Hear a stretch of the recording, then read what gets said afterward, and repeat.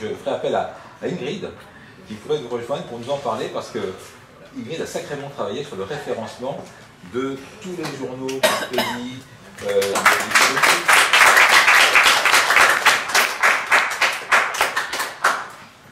Alors, je m'appelle Ingrid Dioga et moi je suis étudiante en communication justement et communication et marketing dans une école de communication à Paris. Et j'ai intégré justement, moi j'appelle ça une famille entre guillemets parce que c'est comme ça qu'on me reçoit chez Cieux avec Alexandre.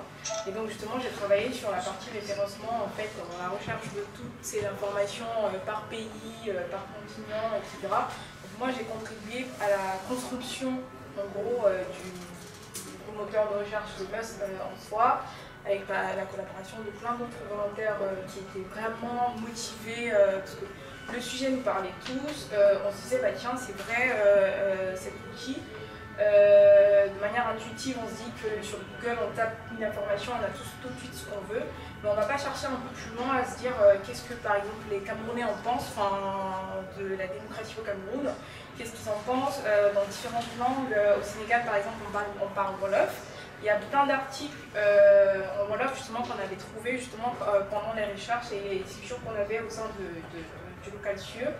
Et donc c'est là que l'aventure a commencé pour moi et pour tous mes camarades avec qui j'étais dans ce projet-là. Merci Ingrid. Voilà. Et alors lorsque l'outil était à peine sur Internet, il y a encore des bugs, ça ne fonctionnait pas très bien, mais suffisamment pour qu'en interne on puisse le développer et le présenter comme outil d'atelier interculturel. Et donc on l'a présenté dans le premier pays à l'étranger, c'était en Tunisie. En Tunisie, à Madia notamment, au collège de Madia, on a mené des ateliers pour présenter cet outil.